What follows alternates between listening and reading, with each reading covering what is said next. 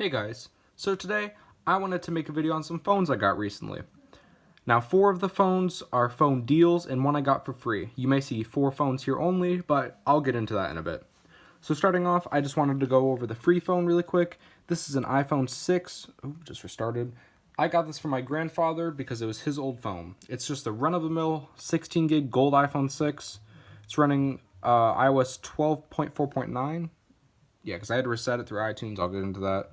16 gig, and it has 96% battery health, which is really good for a 6. So, long story short, he gave this to me because it was his company phone, and he's going to be upgrading to like an iPhone 11 or something for that purpose, but he uses a flip phone for his main phone. But anyway, so he hasn't used this thing in about a year, and he gave it to me just because I asked for it whenever he was going to upgrade, and he finally gave it to me. And long story short, when I got it, it had a passcode. It was still on iOS 8 actually, I think, or at least it had the iOS 8 wallpaper, but I had slide to unlock. But anyway, so the issue with this thing was it had the passcode, and then I had to reset it through iTunes, and it became iCloud locked because FMI obviously. But so basically he did not remember his iCloud password either, or his iCloud. Well, he remembered the email, just not the password. So basically what I had to do was take the SIM card out of it, because it was actually still activated, which that's cool. But I took the SIM card out of it, and I was able to use that for the account recovery to reset the password of the Apple ID. And 14 days later, after waiting for 14 days for Apple to actually let me reset the password, which was really annoying, it works. And yeah, this is like my 3rd iPhone 6 now, but yeah, nice to have another one. It's in really good condition. Just has 2 chips in the screen from an OtterBox case that he had it in. I threw out the case. It was in really bad condition. But yeah, besides that, it's in really good condition. The screen is actually flawless because it had a screen protector on it its entire life, scratch-wise. But yeah, so that was the free phone, and now let's get on to the phone deals. Starting off, this is a Motorola Droid Turbo 2. I got this phone for $42. And it's pretty much brand new. It's literally brand new. As you can see, there is no surface imperfections on the housing. There is slight scratching around the charging port, but besides that, it's flawless. The back is flawless. The screen is flawless. It's brand new. It has no burn-in. When I got it, it was still on Android 5, which I'm pretty sure it literally was barely ever used. The battery health is still at 98 or around that. Yeah, it's at like 98. It's immaculate. It's basically a pretty much brand new Turbo 2, which is really nice because my other one is in terrible condition, but I just got it back from Jake Carroll, and I'm going to immediately be giving it to him back in a trade because now that I have this one. But yeah, I'm glad I have another mint one of these, and it's on Verizon obviously. 32 gig running Android 7 now. Yeah, 32 and then Android 7. And yeah, it's a really nice phone. Has a Snapdragon 810. Or one of the only phones I had it because this was the same generation as the Snapdragon 808, and we all know what happened with that processor, but the boot looping and stuff. But yeah, 3 gigs of RAM, 30 gigs of storage. It's a really nice phone. I love it. I've wanted to mint one of these, like I said, for a while. So yeah, moving on.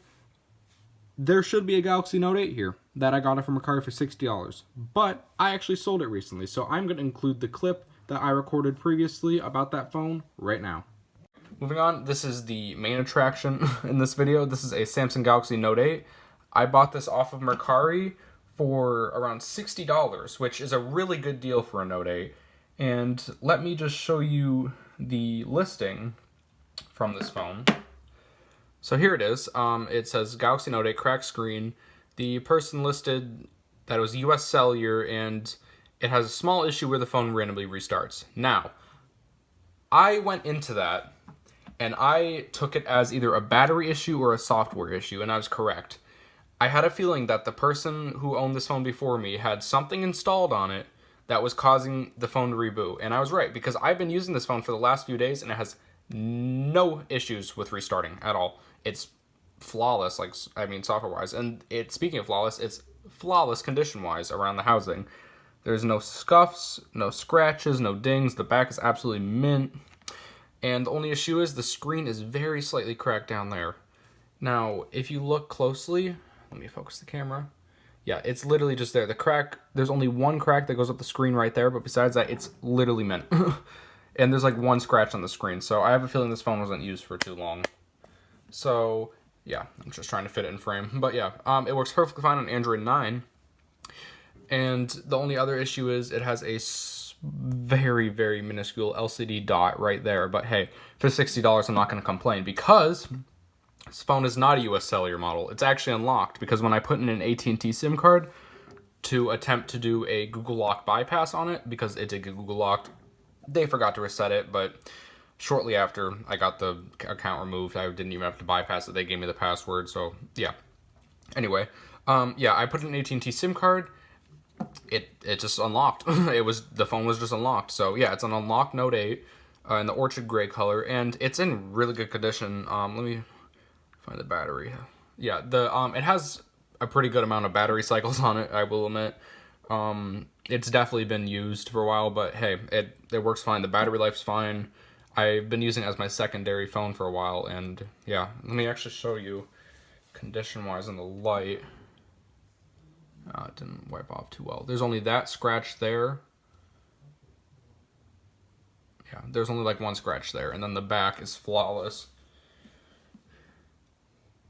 Yeah, like no surface imperfections. And I keep it in this UAG case, which I've had for a while, so I'm actually going to put it back in. So yeah, that was the Note 8 I got for $60 on Mercari. And I ended up selling that thing for $140, allowing me to buy this.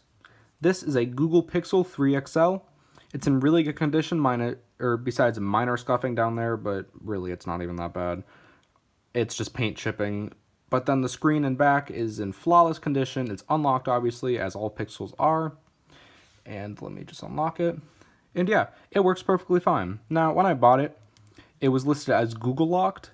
And when I got it to try to bypass it, I thought just for fun I would draw the pattern, because it had verify your pattern or whatever, which newer Android phones do. So I literally drew an L pattern like that, and it just worked. It just went to the login with your Google account screen, and now it's fully set up and works perfectly fine. Even if I did have to bypass it, really wouldn't have been that big of a deal, because these things can literally be bypassed in like 10 minutes. Every single Pixel can. It's the same bypass for every single one. But yeah, this phone is on Android 11. And let me see if I can find it.